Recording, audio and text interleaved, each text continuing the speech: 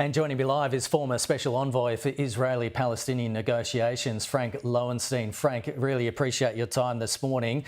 First, if I can get your reaction to this historic moment out of the Middle East after 15 months of fighting, that Qatar's Prime Minister and also the Biden administration now confirming a ceasefire deal has been reached.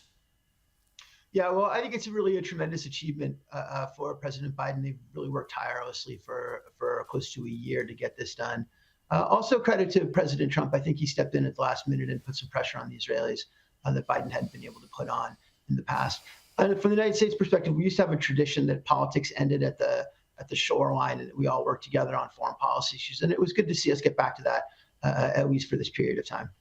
We are seeing celebrations break out in parts of Tel Aviv and inside Gaza as well about this announcement. How confident are you that this can turn into a lasting ceasefire or maybe even a permanent end to the war? Yeah, that's a great question. It's really the question that's overhanging all of this right now. President Biden made it sound, and the Qataris in their news conference made it sound like this was really a three-phase deal, that all three phases were going to be implemented. I think we're actually a long way away from that. The main issues that would need to be resolved to end this war were really pushed off to negotiations during this upcoming phase one. And the Israelis have been pretty clear. Netanyahu has been clear, and his foreign minister, that they intend to resume the war as soon as these 42 days are over. So hopefully, progress can be made in delivering humanitarian assistance and providing some really much needed relief to the folks on the ground in Gaza. But we're a long way away from an end to the war here. It's not at all like what we saw in Lebanon, where the agreement was designed to end the war permanently. This is really a temporary ceasefire and hostage release, and with the hope that more can follow. Yeah, it's interesting you say that, because we heard from President Joe Biden just before. He said the first phase is 6 weeks, where negotiations through that first phase will take place for a more permanent end to the war. And if the negotiations take longer than that, it doesn't mean that fighting is going to start. The ceasefire will continue. Are you saying that it's more precarious than that? Well, I'm saying that, yeah, you're exactly right. That was a little bit of a diplomatic fudge, because the main issue dividing the Israelis and Hamas for this entire period of time has been whether it's going to be a full end to the war or not. And they never reached a meeting of the minds on that.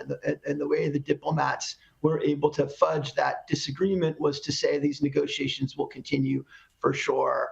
And the ceasefire will last as long as those negotiations are ongoing. I don't think that's necessarily the way the Israelis look at it right now. I think that their view of it is we're going to do 42 days. And after that, absent some major developments, they're going to resume the war.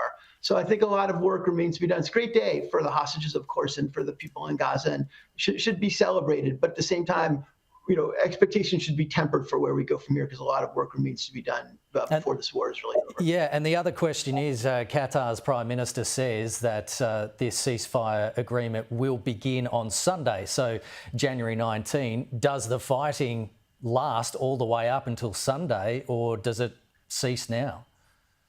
Yeah, if the past is any indicator, it'll continue up until the last minute. The Israelis were bombing in Lebanon right up until the ceasefire was finally agreed to.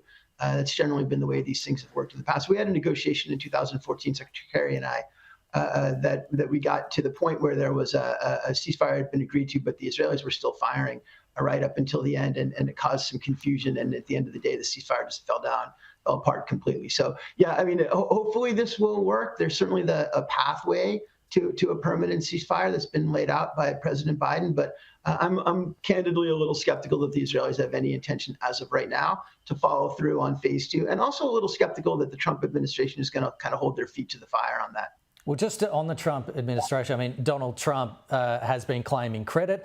How much did Donald Trump's threat of hell to pay if hostages aren't released by the time he's back in office have to do with this ceasefire deal? I don't think saying hell to pay made much of a difference. Honestly, the folks in Gaza feel like they've been living in hell for the last 15 months anyway. I think their attitude about it was, this really can't get any worse. But I do think that Trump played a meaningful role when it came to the Israelis and putting Prime Minister Netanyahu in a position where the lesser of his two evils was to agree to this ceasefire rather than be beholden to the far right in Israel, which really strongly opposes the ceasefire. So I think Trump deserves credit for putting some political pressure on the Israelis that hadn't been there up until now. I think that's a fair way to look at it. Frank Lowenstein, really appreciate your time this morning. Thanks for joining us.